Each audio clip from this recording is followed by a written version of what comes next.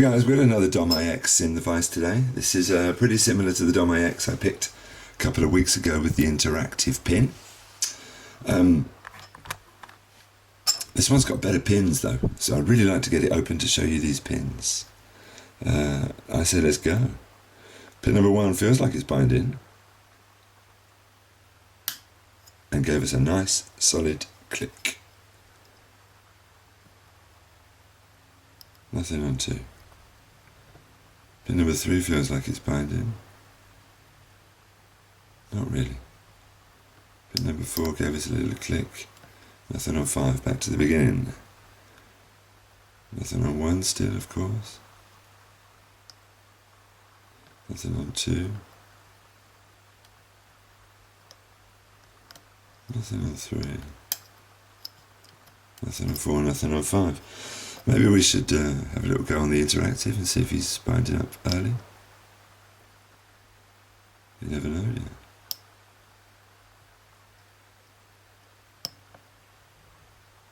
yet. Click there. Don't think it was though.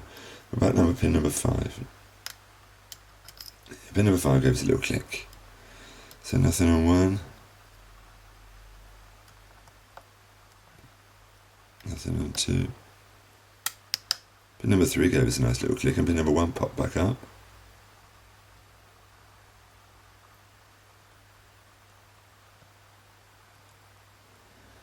Now it doesn't want to go back down. Never mind. Pin number 3. No. Pin number 4. Pin number 5. Nothing now. Whereas that pin number 1 needed to be set again properly. Let's grind a bit deeper. I got a little movement on the core when I nudged pin number 1 deep down there. You never know, eh? So nothing on 1, nothing on 2. Pin number 3, standing to attention. And I got a click, but I also got number 1 which sprang back up.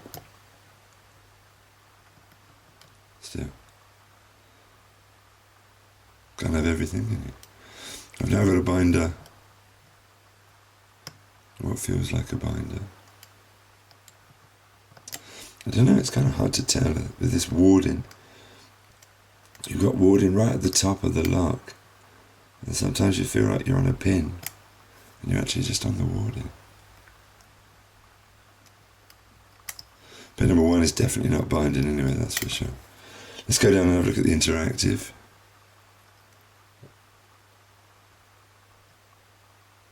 Every time I'm lost, I go for the interactive. Kind of gives me the excuse to do something different.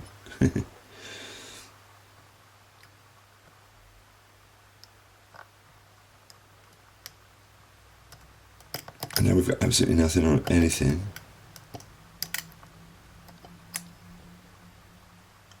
Let off a click, and let's go back. Pin number 1.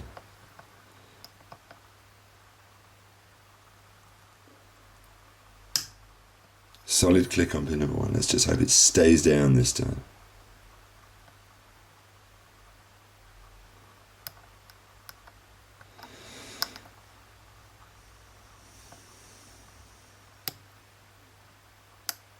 Pin number 3 gave us a click. Quite happy with that.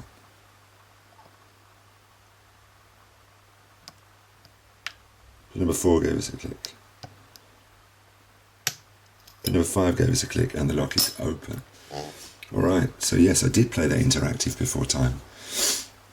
Okay, I don't have a key, so we have to be very careful here. That should be quite easy to take off. So, hang on. Ooh, losing focus. Let's get all the junk out of the way. Let's get our gutting gear on. I haven't got my glasses. So this could go horribly wrong.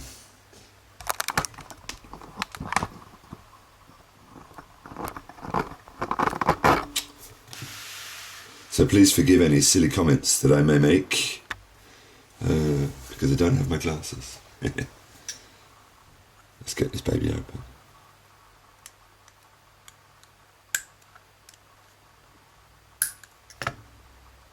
You're used to my silly comments anyway, right? You don't judge me on my silly comments. Otherwise you'd be leaving insults in my comments. Okay, so I can't see anything, I've got no glasses on. But here you can see this is the interactive pin at the back here. It's the same as the one I picked last time. Now the one I picked last time, this pin was missing, so I really wanted to pick another one of these that had this pin in it, so I could show you the whole lock. This pin here doesn't activate anything, it's just kind of a dummy interactive pin that kind of blocks your access to the real interactive pin.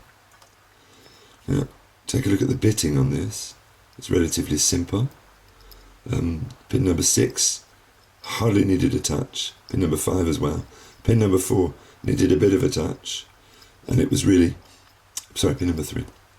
And it was really, yeah, there's no 6 pin. 5, 4, 3, 2, and 1. Pin number 1 and pin number 2 were the ones that really needed playing. At the top we do have 2 key control pins. I mistakenly thought that one of these key control pins was needed to activate the interactive pin in the last lock I picked, which obviously was not the case. Key pin's nothing special. Yeah. Oh yeah, maybe.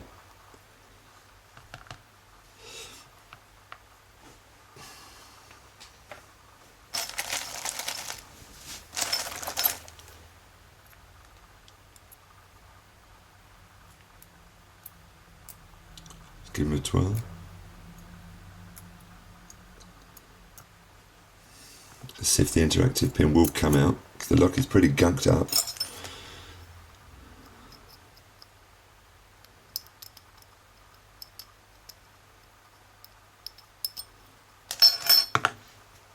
Let's give it a hammer. There's 1, and there's 2, yeah, lovely. So the second one that came out was the one further at the back, which is the actual interactive pin, which is between pins 4 and 5, and the blocker is between pin 3 and 4.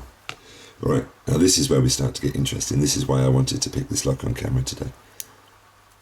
Pin number 1 standard. Pin number 2 is also a standard. Yeah. Pin number 3 and pin number 4 is what I've been looking for all this time. That's the interactive. And pin number 5 is also a standard. We've got springs all over the shop. That's the interactive spring.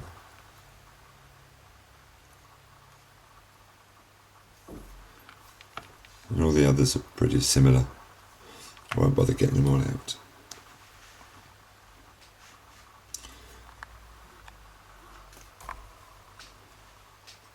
Alright, so this is why I wanted to pick this. All the time I was picking DOMs before, I was really looking for one of these magic wafer pins that I couldn't find in the 3 DOM locks that I picked last month. I was really looking for one of these. And I found it in this lock today that was sent to me by Richard List, who also sent me the Pfaffenheim that I picked in my last video. So this is really what I was looking for, and I was really looking to pick a DOM iX with the interactive that actually had this cover pin blocking your access to the actual interactive pin.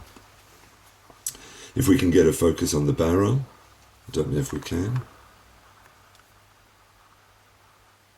No, we can't.